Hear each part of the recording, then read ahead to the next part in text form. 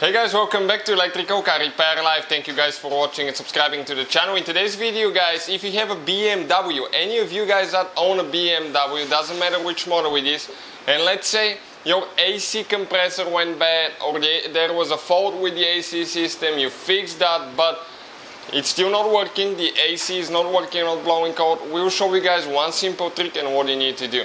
Now, we'll guys have more than 200 videos on every car we get at the shop, because our mission guys is to save you as much money as we can. So please guys hit that subscribe button in return, like the video and leave a comment below guys, we're constantly adding more videos.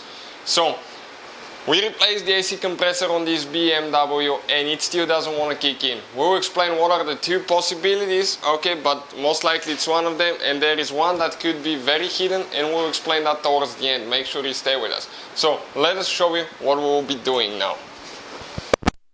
We have this 2005 BMW E46, but again it doesn't matter what you're working on, and the AC system is not working after AC compressor replacement. So let me show you now. I'm going to go ahead, connect the scanner now, okay, to the system here guys, and if you replaced your AC compressor, I'll explain what else needs to be done there.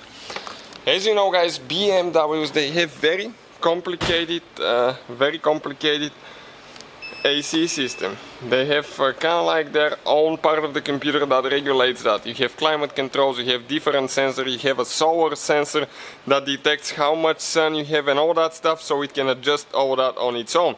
Now, sometimes when something fails guys, let's say the compressor was bad, what will happen? It will tell the system, hey, you know, there is a problem, so we stop working. And until you guys fix that problem and clear the computer, you cannot have working AC.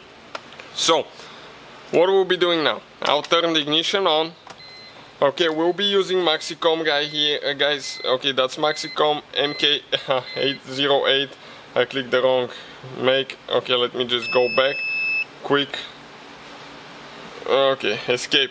Now, this computer guys will be listed in the description of the video below.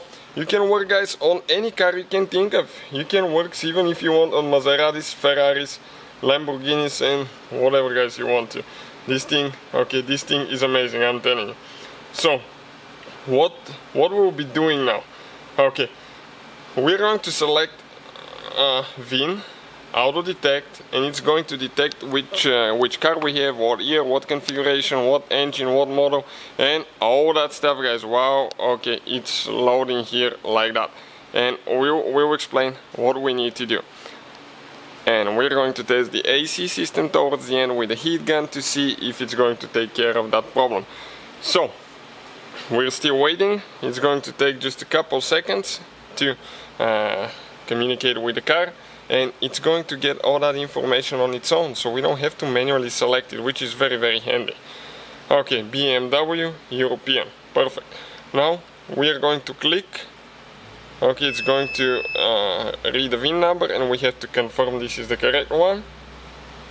It tells us E46 2005 model, 330 Ci with M54 engine. You can see it decodes all that on its own based on the VIN number.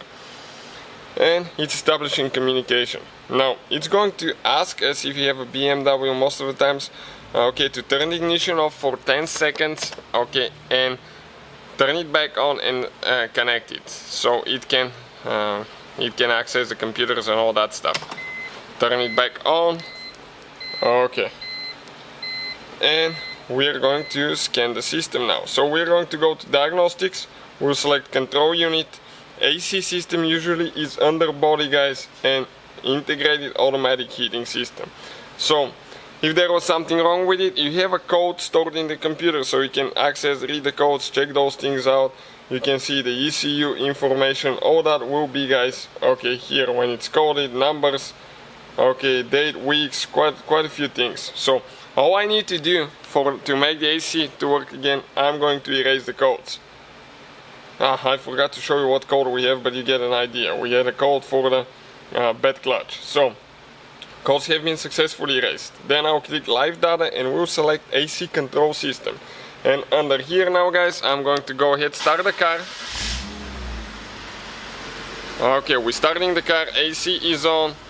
We have it set at 59 degrees Fahrenheit, which is like 16 Celsius.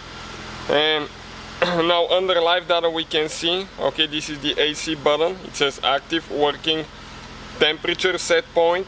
Okay, this is what we have here, 16 degrees, perfect. Now this is the interior temperature of the vehicle, 29 degrees. Okay, evaporator temperature, guys. This evaporator is behind the dash. This is the one that blows the cold air, and it is right now at 6.6 degrees, and it keeps dropping. That's Celsius. That's cold, guys. And outside temperature is 25. I'm going to get the gun now. Okay, I'm going to get that gun, but make sure you stay with us until the end. I want to share something with you. And right now it's 25 outside, so we can see how accurate it is, or 77 Fahrenheit. So what we're getting out of the vents now, guys. Okay, out of the vents, okay, we're getting right now, okay, you can see it keeps dropping about even 39. So that's about 4.2 degrees Celsius, and it says that the evaporator temperature is 4.4, so that's really close.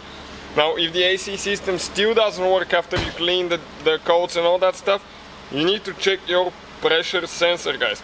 If the pressure sensor doesn't show any pressure, it means you have a bad pressure sensor. What it does, that pressure sensor tells the AC compressor if we have enough pressure in the system, enough freon to engage the compressor. But okay, if it's not reading anything, it's not going to turn the compressor on. So hopefully, guys, the video will be helpful. Thank you guys for watching. Please subscribe to the channel for more videos, and see you guys next time.